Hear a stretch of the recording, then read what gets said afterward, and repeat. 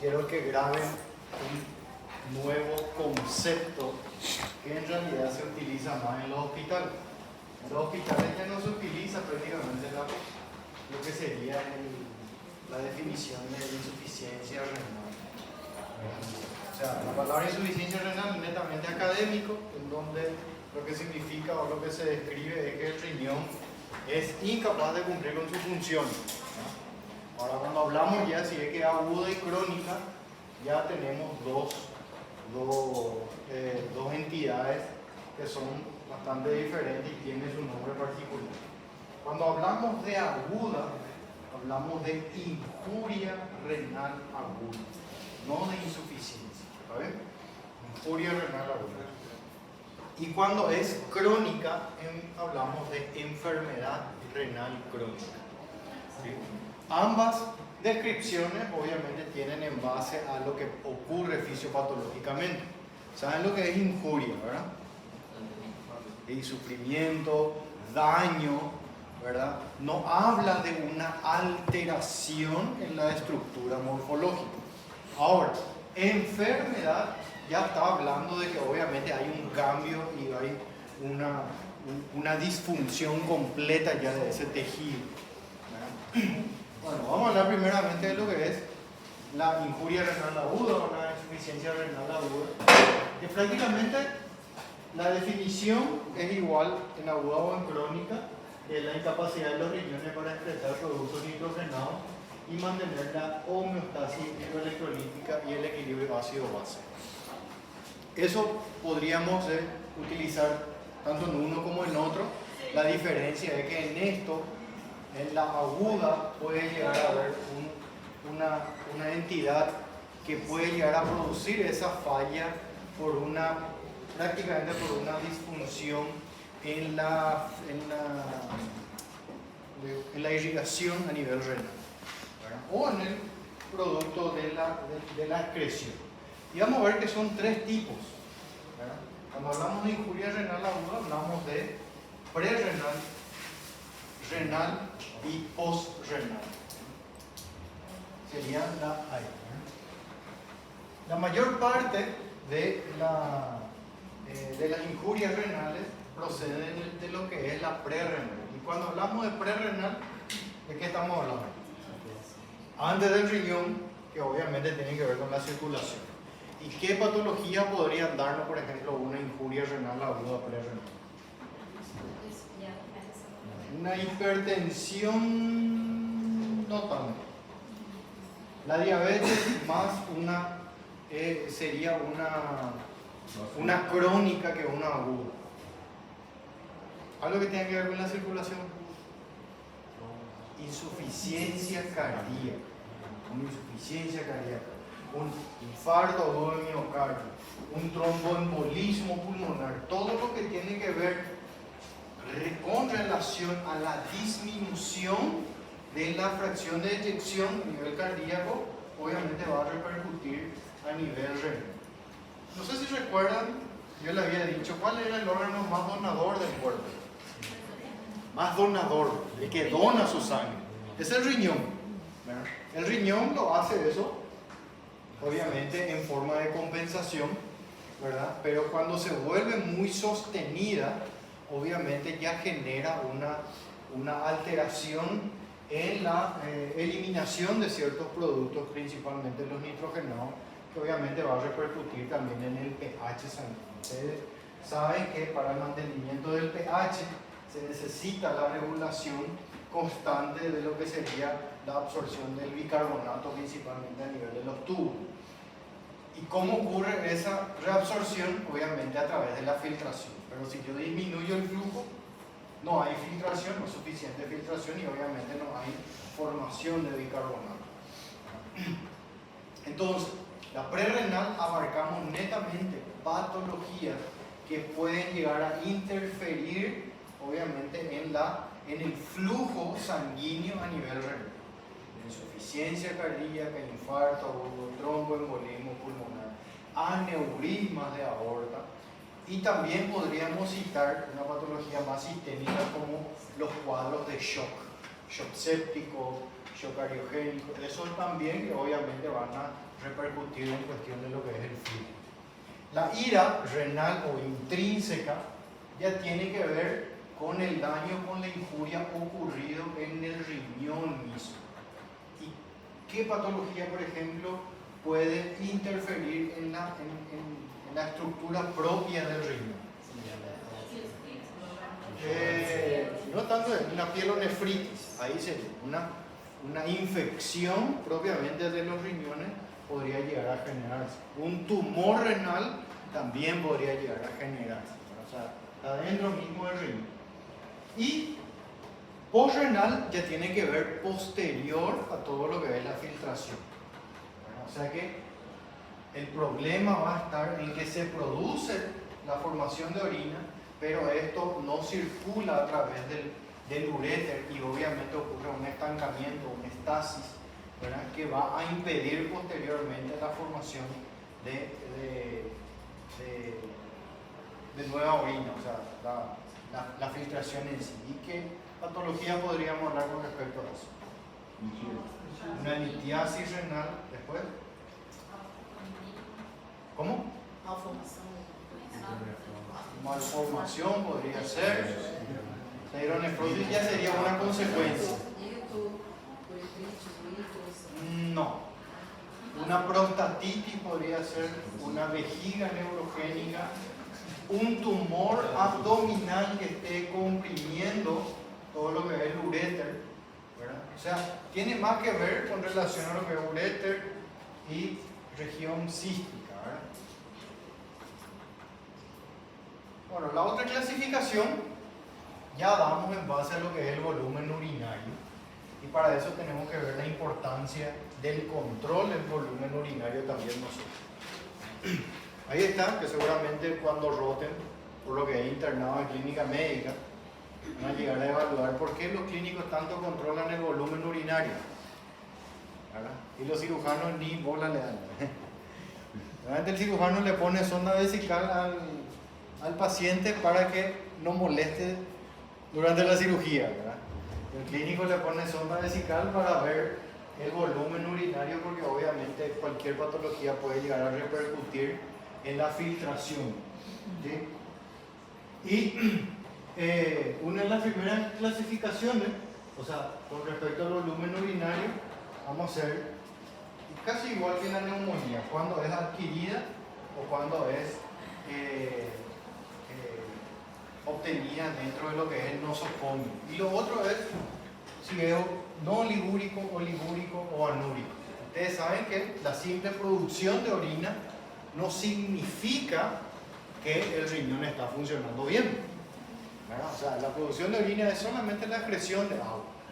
Ahora, una buena tasa de filtración conlleva a un aclaramiento de ciertos productos nitrogenados como la urea y la creatinina, por ejemplo. Y eso es lo que nos dice a nosotros de que hay una buena función renal, ¿verdad?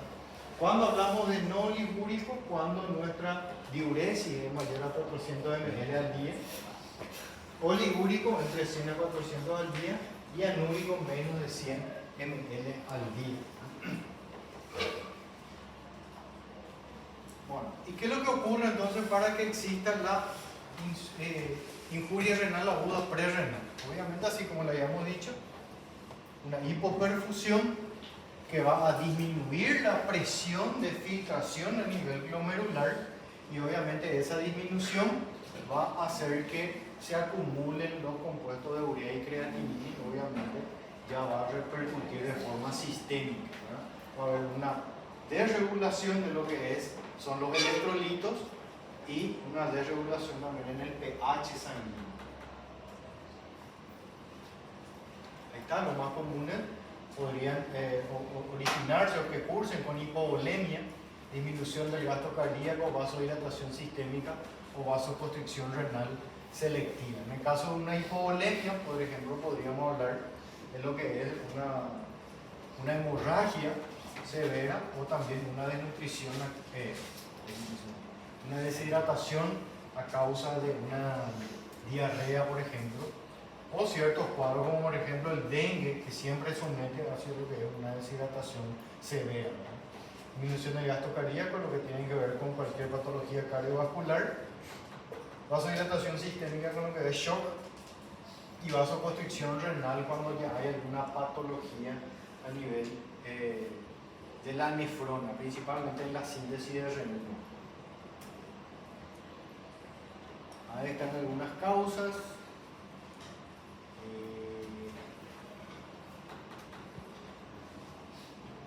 La ira intrínseca, la causa más común se divide según el compartimiento renal afectado. La más común es la isquemia o lesión o la isquemia tubular aguda, ¿verdad? Luego tenemos la enfermedad de los túbulos intersticiales, la enfermedad de la microcirculación renal de los glomérulos y la enfermedad renal de vasos renales de mayor calibre. La necrosis tubular aguda, como le había dicho, representa prácticamente lo que es el 70% de la cosa. Lo que normalmente vamos a llegar a ver es la necrosis tubular aguda. Y eso puede deberse, obviamente, a varias causas, pero clínicamente se manifiesta ya sea con oliguria y puede llegar a... Esa oliguria es lo que conlleva hacia lo que es una necrosis, o sea que más o menos va de la mano. Paciente orinando poco quiere decir que hay baja filtración glomerular y esa baja filtración glomerular me va a conllevar hacia una necrosis tubular. La toxicidad puede deberse a lo que son los antibióticos, como algunos aminoglucósidos, cefalosporinos, contraste radiológico, AINES, anestésicos, algunas toxinas endógenas, y la hemoglobinuria por hemólisis, hiperuricemia y hipercalcemia. Uno de los más comunes que llega a producir bastante toxicidad es la utilización crónica de AINES, principalmente los no selectivos, ¿verdad? Que serían inhibidores de la COX-1 y COX-2. Unos factores de riesgo para desarrollar la ira intrínseca sería una cirugía mayor o una gran cirugía que va a conllevar obviamente hacia una gran destrucción de tejido. Ustedes saben que todo tejido destruido es reabsorbido y obviamente es donde ocurre esa degradación de lo que son los productos proteicos, los aminoácidos que van a transformar en productos nitrogenados, ¿verdad? Y obviamente eso va a generar una sobrecarga a nivel glomerular y podría conllevar hacia una necrosis tubular. También el traumatismo, hipovolemia grave, sepsis, quemadura y el uso de AINES. La postrenal es un poquitito más fácil, ¿verdad? Una de sus consecuencias que más comúnmente solemos llegar a ver son las hidronefrosis, ¿verdad? Ya saben lo que es una hidronefrosis, ¿verdad? Cuando hay un bloqueo a nivel ureteral o inclusive una disfunción ureteral, como por ejemplo en una anomalía de la válvula ureterovesical, ¿verdad? Se produce una estasis de la orina y obviamente un acúmulo a nivel renal y la formación de quistes. Bueno, lo que normalmente causan son las lesiones ureterales como cálculos, cáncer, compresión externa, ¿verdad? Que podría ser una fibrosis retroperitoneal, absceso o neoplasia. Así como lo había dicho, de repente un tumor abdominal puede estar comprimiendo el uréter, ¿verdad? El cuello vesical, en una vejiga neurogénica, una hipertrofia prostática o cálculos o algún coágulo que se enclavó justamente en la región de la vejiga, y las lesiones uretrales que pueden ser por traumatismo, fimosis, estenosis valvular y congénita y algún tipo de tumor también que dificulte la diuresis. Obviamente estos son mucho más dolorosos. El paciente la mayoría de las veces va a consultar lo más rápido posible, justamente por el dolor, pero con todo eso abarca solamente el 5% de los casos de una injuria renal aguda. Bueno, el diagnóstico. ¿Cómo vamos a establecer el diagnóstico? En la prerrenal normalmente aparece sed, hipotensión, taquicardia, disminución de la presión venosa yugular, disminución de peso y sequedad del pie y mucosa. ¿Por qué podría llegar a aparecer sed? Claro, o sea, si yo tengo una disminución de la perfusión, obviamente eso poco que va hacia los riñones y se filtra, va a ser captado como si fuese que hay una deshidratación a nivel sistémico. Entonces ahí es donde se activan los mecanismos de la sed y el paciente comienza a tener mayor sed en sí. La hipotensión, ¿por qué se podría dar por una hipotensión? O sea, no aparece en todo esto, sino que puede llegar a dar también. La hipotensión podría estar relacionado con el cuadro hipovolémico en sí, ¿verdad? La taquicardia ya es como algo compensatorio.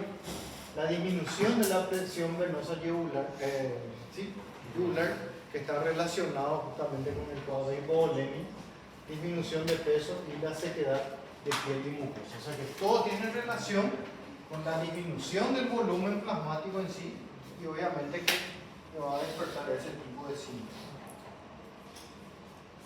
Lo que es de forma intrínseca, si es que es intrínseca, hay que siempre investigar cuando hay un shock hipovolémico, shock séptico y cirugía mayor. En el caso que sea una nefrotóxica, ¿verdad? Siempre es bastante importante la buena historia clínica de nuestro paciente. Obviamente, muchas veces se va el paciente, vemos que hay alguna alteración de la urea y creatinina y no consultamos si es que consume, por ejemplo, algún tipo de medicamento habitual en la casa, principalmente AINES. Con el AINES es lo que más tenemos problemas. La postrenal, obviamente la mayoría, ya así como le había dicho, ingresa al hospital por dolor. Siempre se manifiesta, o su primera manifestación suele ser el dolor por la distensión que hay en alguno de los elementos de la vía urinaria. Bueno, ¿y qué prueba le voy a hacer? Y acá es bastante importante algo. En primer lugar, hemograma. ¿Por qué el hemograma sería fundamental para nosotros? Uno, obviamente, vamos a descartar algo que sea infeccioso, ¿verdad? Pero además de eso, el hemograma me va a ayudar a mí a determinar cuándo es crónica y cuándo es aguda. Cuando es aguda, normalmente no hay alteración de los niveles de hemoglobina. O sea que la hemoglobina va a estar dentro de los parámetros normales, que sería entre 12 a 16 aproximadamente. Si hablamos de crónica, sí o sí va acompañado de anemia. Y esa anemia no es leve, normalmente es moderada. ¿Qué significa eso? Que la hemoglobina podría llegar a aparecer entre 9 y 8 y 7 incluso, ¿verdad? O sea que bastante bajo, que obviamente va a tener repercusión también a nivel sistémico. Entonces yo le hago una pregunta. Viene una paciente con antecedentes de disnea al esfuerzo, dolor lumbar, se le hace, o sea, ella tiene como antecedente que es diabética hace 10 años, en tratamiento irregular. Cuando llegó, tiene una glicemia de 400. ¿Sí? Su urea y creatinina, urea está a 110 y su creatinina está de 4. ¿Verdad? Y en el hemograma, la hemoglobina tiene 14. ¿Verdad? ¿Qué tipo de injuria renal aguda o de insuficiencia renal? Siempre recordando que es diabética, es tratada de forma irregular. ¿Pre-renal? No. Si es que es aguda o crónica. Aguda. ¿Por qué es aguda?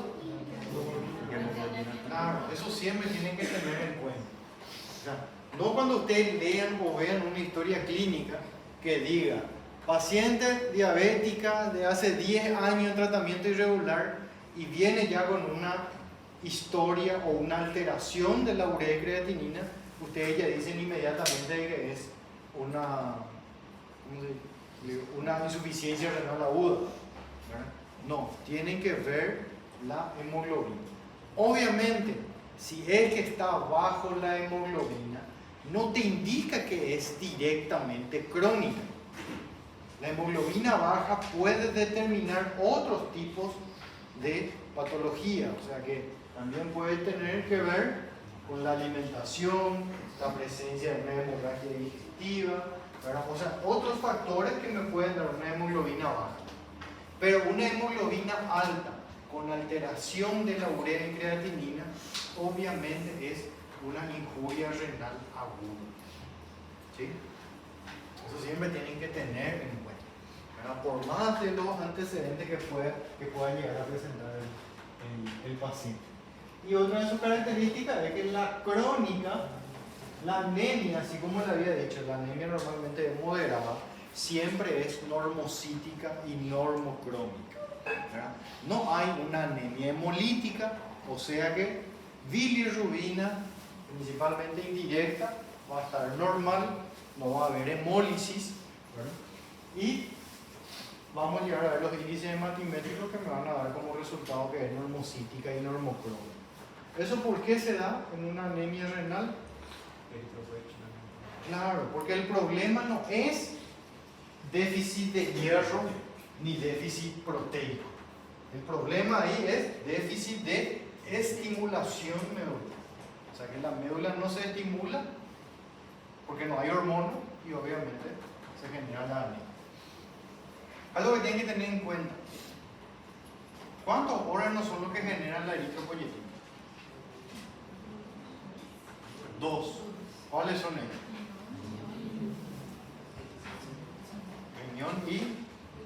Riñón derecho y riñón izquierdo. No, riñón y el hígado. Riñón y el hígado. Solo que el riñón sintetiza el 80% de todo lo que es la eritropoyetina.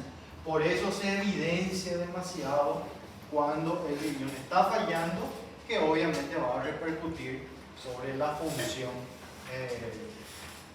de la hemoglobina. Ahora, si tengo un paciente que ya es insuficiente, que tiene una insuficiencia renal establecida y también tiene una hepatopatía crónica, como por ejemplo una cirrosis, esos pacientes normalmente tienden a tener anemias más severas, ¿verdad? Que significa que su hemoglobina yo le controlo y suele estar en 4, en 3 de hemoglobina, prácticamente dentro de los valores de incompatibilidad con la vida. Pero cuando se hace de forma crónica es increíble cómo esos pacientes toleran, ¿verdad? Bueno, lo otro es la gasometría, bastante importante. Ustedes saben que a través de la gasometría 1 vamos a evaluar el pH sanguíneo. ¿Qué me va a decir a mí el pH sanguíneo? Uno, si es que obviamente se puede estar regulando a través del bicarbonato. Si yo tengo una injuria renal o una lesión renal, significa que el riñón no está recibiendo suficiente aporte y obviamente no puede controlar ese pH, ¿verdad? Entonces, ¿qué normalmente tiende a ocurrir con el pH sanguíneo? Desciende a expensa de ¿quién? ¿Quién es el que desciende también? El bicarbonato. Entonces, estos pacientes, normalmente si yo les hago una gasometría arterial, voy a llegar a tener un pH por debajo de 7.35 y un bicarbonato por debajo de 22. Cuando estoy hablando de una injuria renal. También te voy a pedir una orina simple, ¿verdad? O una orina de 24 horas, que sería bastante importante para obviamente ver la tasa de filtración. Dentro de lo que es el volumen, ahí yo ya voy a determinar si es que está normoúrico, oligúrico o anúrico, ¿verdad? Eso con relación al volumen, ¿verdad? Y dentro de lo que es el parcial de orina es bastante importante ver si es que hay la presencia de proteinuria. La proteinuria obviamente me va a decir a mí de que hay una lesión glomerular. ¿Cuál era otro marcador de lesión glomerular que yo puedo llegar a encontrar en una orina simple? Que dimos la clase pasada. cilindros y alinos, o cilindros hemáticos, ¿verdad? Esos dos prácticamente nos indican de que hay una lesión glomerular. Cilindros hemáticos y proteínas. No puede haber proteínas. Y si hay, obviamente, consultar si es que hizo o no hizo algún tipo de actividad física previamente antes de que aparezca. Y la ecografía abdominal también es bastante importante, donde se puede, obviamente, evidenciar ya cierto tipo de transformaciones morfológicas, que podrían ser la presencia de quistes, o la presencia de atrofias renales, o cálculos a nivel ureteral, cálculos renales, que obviamente pueden llegar a interferir dentro de lo que es la función renal.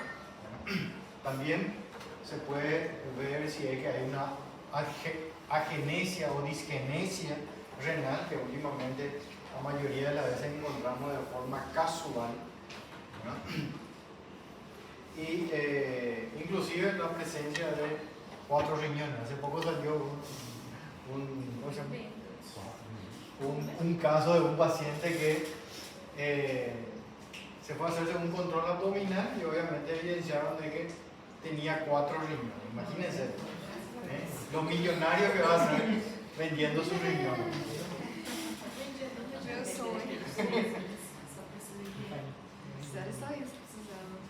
Bueno, el tratamiento, si yo estoy hablando de una injuria prerrenal, ¿qué le tengo que dar al tratamiento? Si estoy hablando de una injuria prerrenal, ¿qué le tengo que dar al tratamiento? ¿Cuál era el problema del prerrenal? Volumen. ¿Qué le tengo que dar? Volumen. Exactamente. ¿Verdad? Si es que estoy con una intrínseca, una renal propiamente dicha, ¿qué tengo que hacer? Trasplante. Tratar la causa en sí, ¿verdad? Si es una infección, obviamente tratar la infección.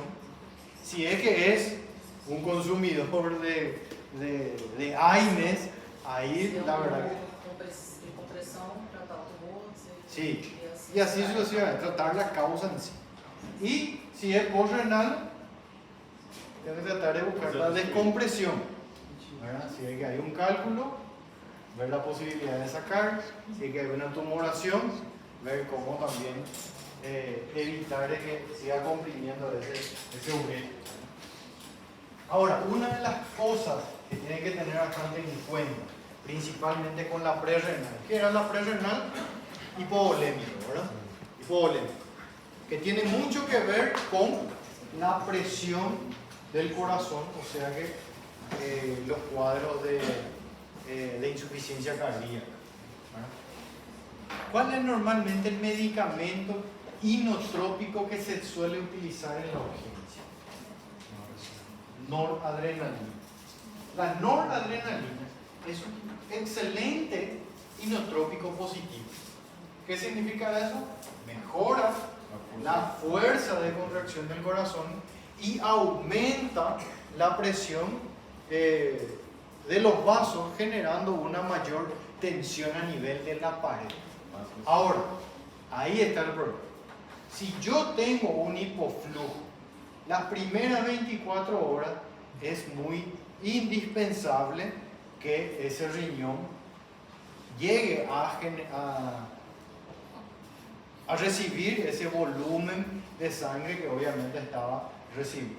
Pero una vez que se compense, ¿verdad?, corremos el riesgo a que la propia noradrenalina genere una vasoconstricción a nivel de la arteria renal, y obviamente el medicamento que me está salvando el cuadro cardiológico me puede estar llevando hacia una injuria renal aguda, ¿verdad? Eso también tenemos que tener en cuenta. La mayoría de las guías hablan de usar noradrenalina. Perfecto, sí se utiliza en las guías, pero no utilizar más de 24 horas por el riesgo a que pueda llegar a ocurrir, obviamente, una lesión renal. ¿Y cómo entonces hacemos? Y obviamente ahí luego se cambia a dopamina o dobutamina, ¿verdad? En el caso de la dobutamina, es algo bastante beneficioso para el riñón, principalmente porque es un inotrópico positivo, es vasoconstrictor, pero es vasodilatador de la arteria renal, o sea que va a mejorar la perfusión a nivel renal. ¿Por qué no se utiliza en vez de la noradrenalina? Porque cuando se utiliza de forma rápida, puede llegar a generar efecto rebote. ¿Qué significa eso? En vez de que suba la presión, va a hacer que baje un poquitito más. Entonces, por eso siempre al inicio utilizamos noradrenalina, pero luego hay que ir cambiando cíclicamente ya a dopa o dobutamina. Bueno, los corticoides también es bastante importante que nosotros tengamos en cuenta, principalmente, ¿verdad? Si es que de repente hubo una reacción anafiláctica o el paciente de repente tiene algún tipo de enfermedad autoinmune, como en el caso, por ejemplo, de lupus eritematoso sistémico, ¿verdad? Que le podría dar un síndrome nefrítico o nefrótico que obviamente va a repercutir en la función glomerular. Y esto ya último, si es que yo no puedo resolver de alguna u otra forma o no tengo resolución, entra a diálisis. ¿Sí? Esa diálisis, en el caso de una aguda, no va a ser una diálisis permanente. Normalmente es momentáneo hasta recuperar la funcionalidad normal, mejorar el pH sanguíneo, el nivel de electrolito y todo eso, y luego volver nuevamente a su diuresis normal. ¿Bueno? Como saben, seguramente conocen personas que hacen diálisis a través de un catéter y otras personas que hacen diálisis a través de una fístula. Normalmente los que llevan catéter se hace de forma aguda nada más, para que después al sacar se restablezca la diuresis normal, ¿verdad? O también se utiliza cuando yo necesito rápidamente una vía. Y el que es la anastomosis arteriovenosa ya se utiliza en pacientes que van a ser hemodializados para siempre. Bueno, eso tenemos que tener bastante en cuenta. Entonces, dentro de la medicación, principalmente de uso crónico, siempre tenemos que tener en cuenta ciertos tipos de antibióticos, principalmente el metabolismo de los antibióticos. Ustedes saben que los aminoglucósidos son los que más están relacionados con las injurias renales y algunas cefalosporinas también. Bueno, otro, los AINE, que son los campeones en producir lesión renal, pero principalmente, y cosa que no aparece acá, es la baja ingesta de agua. En una de las guías justamente habla de que hay ciertas regiones a nivel del mundo en donde podrían llegar a aparecer mayor personas con problemas relacionadas a la ingesta de agua, o sea, al déficit de la función renal por baja ingesta de agua, y otras personas que no. Nosotros aparentemente aquí, en zona subtropical, tenemos arroyo, río, lluvia, lo que sea. Para nosotros el agua, si lo queremos tomar, es porque somos tercos nomás, ¿verdad? Pero hay ciertas regiones en el mundo donde prácticamente no toman agua porque no tienen esa posibilidad. Máximo toman 500 ml de agua, ¿verdad? Seguramente hay algunas regiones desérticas del Brasil que llega a ocurrir eso, ¿verdad? Yo sé, por ejemplo, en Argentina, uno de los mayores centros de hemodiálisis no está en Buenos Aires, está en una ciudad pequeñita que se llama Cruz del Eje, ¿verdad? Y ese Cruz del Eje, esa zona es desértica, llueve cada 2 años, ¿verdad? Agua en pozos se encuentra a más de 100 metros, ¿verdad? Es muy difícil. La gente no está acostumbrada a tomar agua porque trata de ahorrar lo máximo posible. Y coincidentemente es la ciudad que más hemodializados hay, ¿verdad? Coincidentemente. Bueno, ¿qué le parece si damos una pausa? ¿Sí? Bueno, váyanse.